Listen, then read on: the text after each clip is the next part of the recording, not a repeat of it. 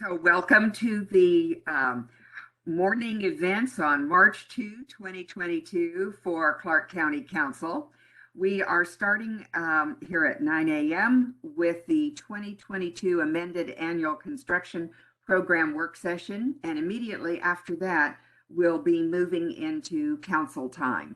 So Rob Klug, if you and Susan Wilson would take it away, please. Thank you, Council Chair. Good morning, Council Chair. My name is Rob Klug. I'm the county engineer, and we're here today to discuss an amendment to the 2022 annual construction program. This is a vital document to what we do for our daily business in public works, as all of the projects on here are projects that we're able to work on because they are part of this process. This is a state required document that we work with our County Road Administration Board on, and I would like to turn over to Susan to start the presentation. Thank you, Rob. Good morning, councilors. Next slide, please. So today I'd like to go over the purpose of the request to go to hearing to amend the annual construction program for 2022 and some of the legalities that we have to follow, and then the amended details, and then also the request for hearing. Next slide, please.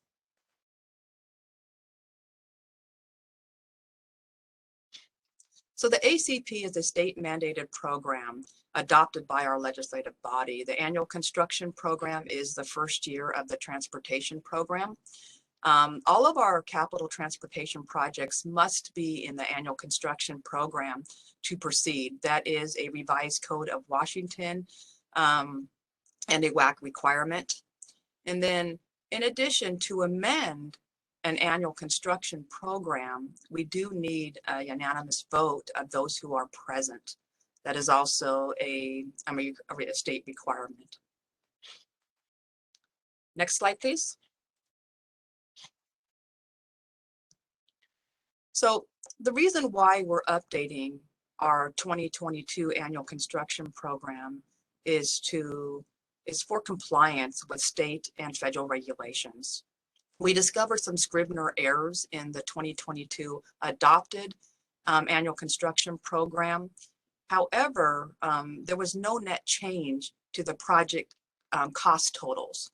The Scrivener errors existed in funding for bridge and culvert, road preservation, and transportation safety programs. What happened was we updated our SQL database, and somehow it was not pulling in some of these projects. But like I said, there is no net change to the totals. And so we like to correct those Scrivener errors. In addition, the Transportation Improvement Board accepted our Complete Streets proposal, and we're in the process of receiving some funding for a couple projects. The first one is for Northeast 130th Avenue. This will, do pedestrian improvements with lighting, a pedestrian crossing, a retro reflective beacon, some push buttons, and it will bring up some curb ramps to compliance with the American Disability Act. So right now in our adopted program, we do have the Complete Streets projects in a bulk project, but I like to make it into its own individual project for Northeast 130th Avenue pedestrian improvements. And then hopefully we'll also receive some money to support efforts for curb ramps and push buttons for the 2022 and or the 2023 ramp projects that's already included in the adopted program. So it's basically cleanup, it's maintenance here. We should know if we receive some additional Complete Streets money by late next month. We're hoping that we'll receive the full $750,000 that will be spent over a couple of the annual construction programs from 2022 to 2024 likely. Number 3, we're asking council permission to add an advanced environmental program as part of the advanced right-of-way ongoing program. This is the best fit in today's Transportation Improvement Program annual construction program. There are opportunities for environmental work for multi-projects around the county. What this would do is it would provide a mechanism to account for project costs to ensure audit proofing. And it would also save a lot of time and a lot of money for our capital projects. So we're hoping to make that modification as well. And then, of course, there will be minor project updates. These are all based upon cost estimate, and we update our program as soon as the costs change. They go up, they go down throughout the year because they're all based upon cost estimates. So you're going to see some minor changes in the cost for the 2022 amended HDP. Next slide, please. So on May 2nd, staff will be seeking approval of the adoption of the 2022 annual construction program amendment via a resolution. Would this be okay with council that we ask that we have an amendment to our 2022 annual construction program? Any questions, concerns? I have a question, Susan. Excuse me, if we could go back to slide 4, please. I think, yes, thank you. I believe that number 3 that is listed there is more than a name change, but I don't understand what it is. If you could go over that in a little bit greater detail, please. Okay. Rob, do you want to help out with this one also? I know you can articulate it much better than I can. Do you mind Sure. taking that? I'll take the question if that's all right, Council Chair. I appreciate that. So I apologize. I'm having troubles with my camera, so I'm not sure. I don't have my camera on, but what we're finding is that we have multiple projects that we're finding ways to save money by aggregating or collecting different stormwater projects that are in the same area. So, for instance, on the 179th corridor, we have projects at multiple locations, 15th Avenue, Delfell, 29th Avenue, and some other projects that each would normally have their own stormwater facility. And that costs quite a bit of money because of what has to go into buy the land, and put all the water into that area, treat it, et cetera. It creates multiple locations that have to be maintained for the life of the road. And in this particular case, because of the way the drainage basins work, we can bring all that to a county-owned parcel that is just east of 15th Avenue, south of 179th Street, and we can pull all the water from Delfell, 15th Avenue, and going up the hill towards 29th Avenue back to that one central facility. There's also the potential, and we're not willing to guarantee this yet, but we're definitely going to work with WashDOT, that there could be the ability for some of WashDOT's interchange stormwater to come to that same location, which reduces the cost for maintenance and the initial installation of that facility. This particular aspect here of us creating this new program is specifically allowing us to be able to track the way that the money comes from all the grants and all the funding sources into a very specific pot of money.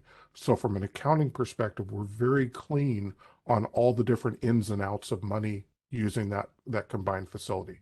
This is a good model for us to move forward on, trying to find ways to reduce the cost to the public and still provide more better service.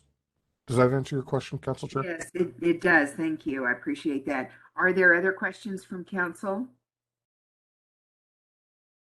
If I may. Please. So I was going to focus on number 3 as well and ask it in a somewhat different way.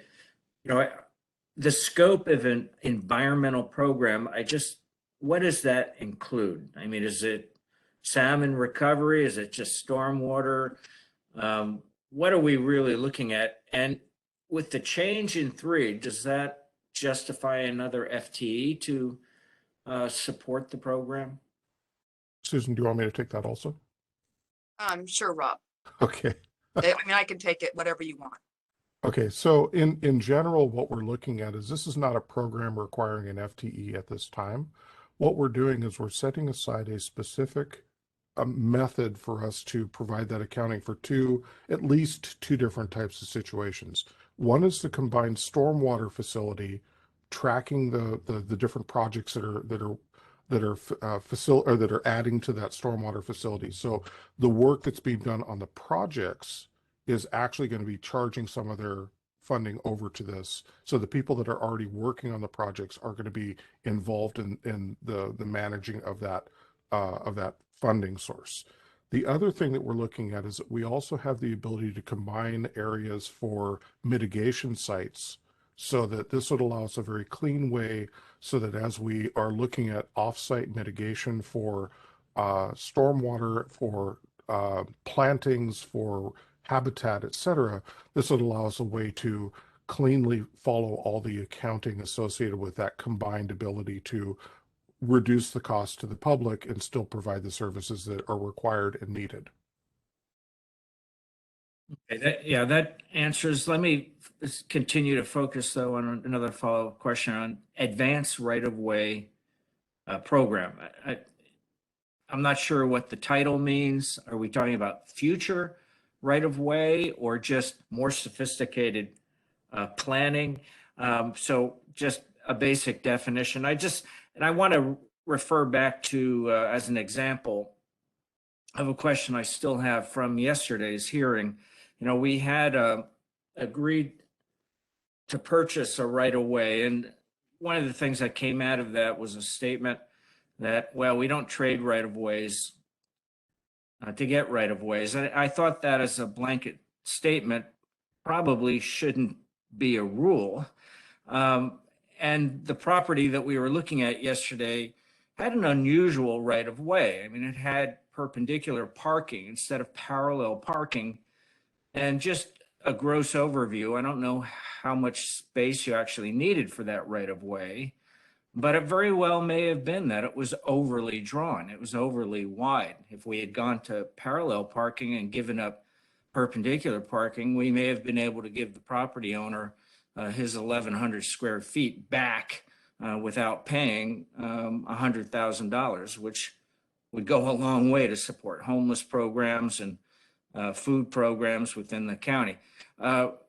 So anyway, what do you mean by advanced right-of-way? Are you talking about future purchases of right-of-way or something that's just more advanced than basic right-of-way planning? Yeah. So Go ahead, Susan.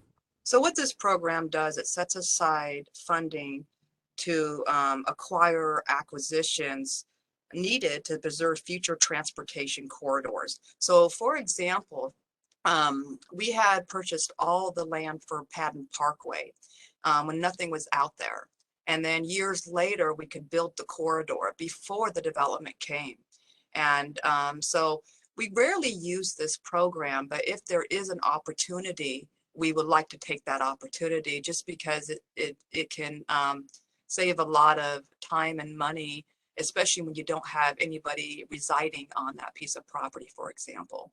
So that's what that current program does in the adopted Transportation Improvement Program, annual construction program. And so since the environmental is somewhat related to the advanced right-of-way, that's why we decided to combine it in one program. However, we would account for it separately. And so that's what we are hoping to do. So advanced, you're using the word advanced as a future purchase. So like when we talk about, hey, we need a third corridor, we need to plan those right-of-ways, we're talking about future planning, correct? Our general approach to this, Councilor Medvegi, is that if we have a project that we know is going in and maybe there's a corner parcel that we're going to put an intersection at, and we have an opportunity to purchase it before it's developed and redeveloped, and we'd have a much higher scale to pay, rate to pay in the future, we would try to find ways to acquire those at a reasonable cost if possible. But this has not been expanded out to major corridor purchase of right-of-way. That would be something that would be a very large sum of money that we don't currently have budgeted. And also it's utilized for anything on the currently adopted capital facilities plan.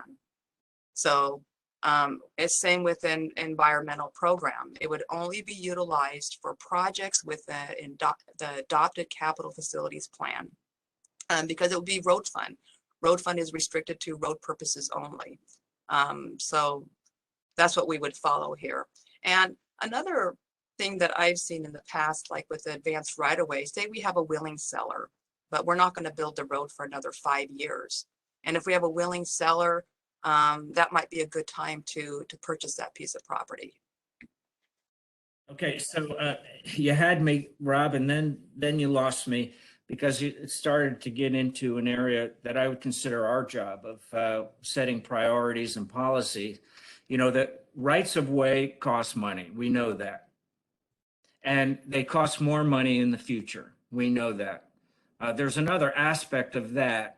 It's called disruption. If you have to bulldoze down neighborhoods to build a road that you hadn't properly envisioned and planned, again, getting back to that third quarter idea, you know, that's a direction, a policy direction. You know, if there's not money in the county right now to buy these identified future right of way, then that's a policy direction on how we get that money or how we prioritize it to prevent future disruption of neighborhoods and communities, not only to prevent or get the most cost efficient right of way that we can today versus tomorrow. So I look forward to seeing how this comes out in writing with the new change, because I'm very interested in rights of way, again, planning for the future of our county and looking at that third quarter. And Counselor, I completely understand what you're saying.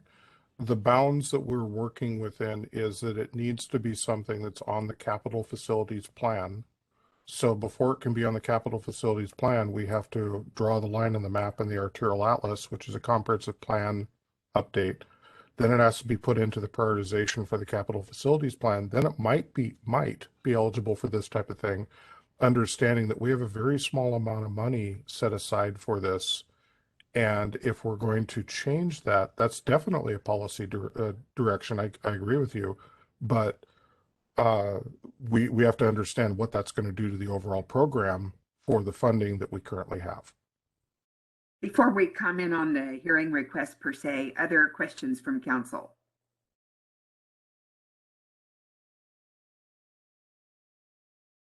Anything? Okay, your hearing request was again for what date? Susan, I missed that. It was May 2nd, excuse me, let me look here. May 3rd, excuse me. May 3rd. Are there any objections to going forward with that hearing request from council?